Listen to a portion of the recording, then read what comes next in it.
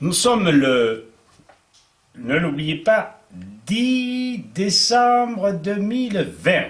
C'est la première fois, je crois, que vous me voyez avec un petit cigare. Je dois vous avouer que je me suis fâché avec Zoom, mais pas avec Giuseppe Amaniera, d'être souverain.com. C'est une bonne chaîne. Et si je me suis fâché avec Zoom, c'est que je suis comme un vieux drap froissé, très long, très large, et qu'il me faudrait repasser. Et merde, j'ai pas envie de repasser. Alors, pour en revenir à nos moutons, voici ce dont il s'agit. J'ai eu au téléphone une courageuse maman alsacienne qui m'a profondément et surpris et ému. Et quand j'ai vu son caractère trempé de la sorte, tout en restant courtoise, sage, raisonnable, mais de bon sens, je lui ai demandé, je l'ai prié de me faire un petit document à sa façon. Je l'ai légèrement modifié, mais le sens, le déroulement est exact. Donc, nous allons attaquer le document et vous allez vous régaler. Cette vidéo s'intitule « Courageuse maman alsacienne ». Il y en aurait comme ça 10 000 en France et je puis vous dire que les médecins trembleraient dans leurs bottes. Donc, le titre « Courageuse maman alsacienne ». Et je narre. Je raconte ce qu'elle a bien voulu m'écrire. Maman d'un enfant de 3 ans, sachez qu'il est indemne de tout vaccin. J'étais à l'époque en avance sur le temps. Chercheuse dans l'âme, je suis tombé sur une vidéo de Philippe Jean Droc. Je découvrais des vérités que le système nous cache depuis longtemps. Question de profit. Suite à ce visionnage, j'ai effectué mes propres recherches en achetant des livres sur les vaccins. Les livres confirmaient mes pressentiments. Mon bon sens. Ma décision devint inévitable. Je ne vaccinerai point mon enfant car je suis responsable de la vie d'un innocent. Et je sentais derrière et les ongles et les crocs. C'est moi qui le dis. L'instinct de maman ne se trompe jamais. Je ne suis pas une criminelle. Je suis consciente des dégâts que les vaccins occasionnent, même des années après.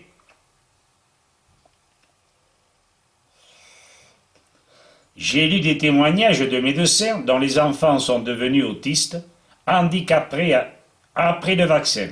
Ils sont dans la douleur permanente et leur famille aussi. Des laboratoires indépendants ont démontré que l'autisme venait du vaccin, car les vaccins sont bourrés de produits chimiques. Ma décision fut sans appel. Mon enfant n'a jamais eu une bronchiolite ou quelconque maladie que les nourrissons attrapent dès l'injection du premier vaccin. Elle est saine et en forme. Ah oui, c'est une fille, je pense, très avancée depuis sa naissance. Elle développe des facultés des plus extraordinaires. Elle évolue très vite. J'en suis parfois surprise et je ne regrette pas ma décision, dit-elle. J'ai remarqué que les enfants vaccinés ont parfois des lacunes, elle est gentille, et sont souvent malades. Mon enfant a une intelligence et une logique d'un Albert Einstein, car son corps et son esprit sont sains. Nos empoisonneurs redoutent-ils l'esprit clair, le caractère loyal et franc-tireur de ces derniers? enfant indemne de poison. Vacciné contre la méningite étant petite, je l'ai attrapé et j'ai bien failli y passer.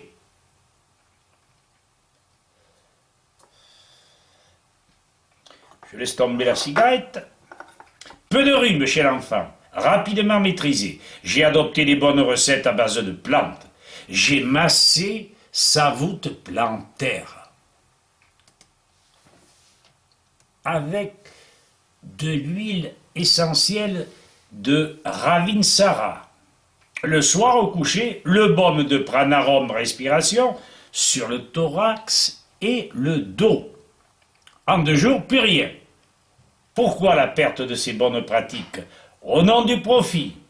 Ces médecins ignares, inconscients, muets sur le plan scientifique, et pour cause, sûrement complices, exterminant sous nos yeux nos enfants, les laissant dans un monde sans lumière.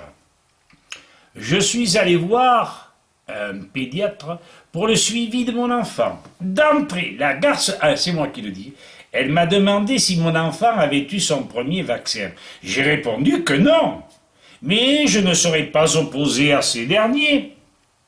Si elle me proposait un vaccin sain, sans produits chimiques et avec garantie signée par le médecin. Elle m'a proposé le ROR avec ordonnance à l'appui. Une fois rentré, j'ai fait mes propres recherches. La garce, c'est moi qui le dis. Elle m'avait prescrit 11 vaccins. 11 vaccins rapportaient plus d'argent que le ROR. En vaccinant un enfant, le médecin touche 250 € de prime par injection. Je n'ai plus jamais mis les pieds chez cette personne incompétente et criminelle qui devra un jour, et ça va venir très vite, rendre des comptes.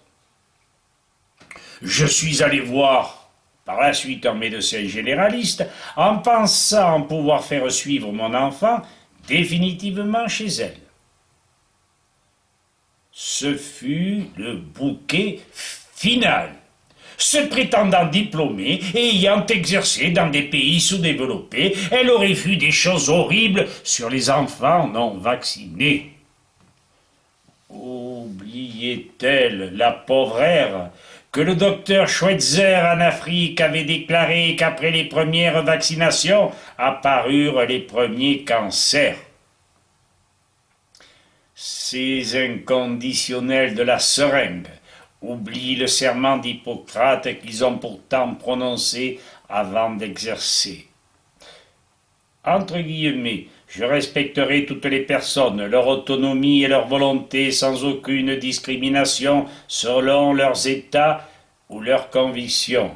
J'interviendrai pour les protéger si elles sont affaiblies, vulnérables ou menacées dans leur intégrité ou leur dignité. Même sous la contrainte, je ne ferai pas usage de mes connaissances contre les lois de l'humanité.